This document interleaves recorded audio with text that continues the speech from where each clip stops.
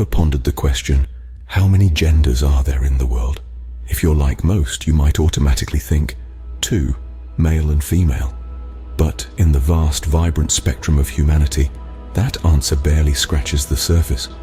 Today, we're diving into the fascinating, multi-layered world of gender diversity. To kick things off, let's set the record straight by stating that sex and gender are not the same. While sex refers to the biological and physiological characteristics that differentiate men from women, gender is a social construct that varies from culture to culture and can change over time. It's about how you identify yourself and how you experience your own personal sense of being male, female, or something else entirely. Now you might be wondering, something else? What does that mean?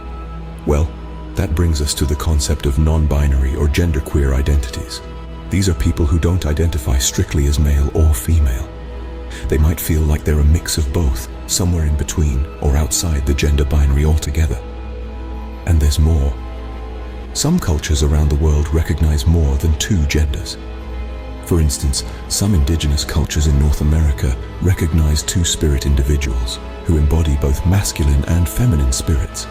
In India and other South Asian countries, hijras, who might be eunuchs, intersex or transgender, have been recognized as a third gender for centuries. But that's not all. In recent years, a myriad of new gender identities have emerged, allowing people to express themselves more accurately. From gender fluid, which means your gender identity can change over time, to agender, which means having no gender at all, the list continues to grow and evolve. So how many genders are there? The answer isn't as simple as 1, 2, or even 50. It's as diverse, complex, and beautiful as humanity itself. It's a spectrum, a kaleidoscope, a rich tapestry of identities and experiences.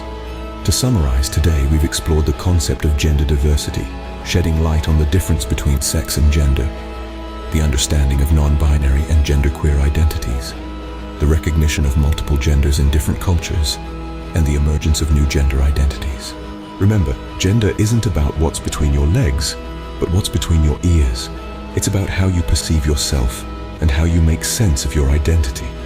It's an essential part of who we are as individuals and as a society. So the next time someone asks you, how many genders are there? You can confidently reply, as many as there are people. Thank you for journeying with us into this intriguing aspect of human identity. Remember, understanding starts with education, and education fosters acceptance. So keep learning, keep growing, and keep celebrating the beautiful diversity of humanity.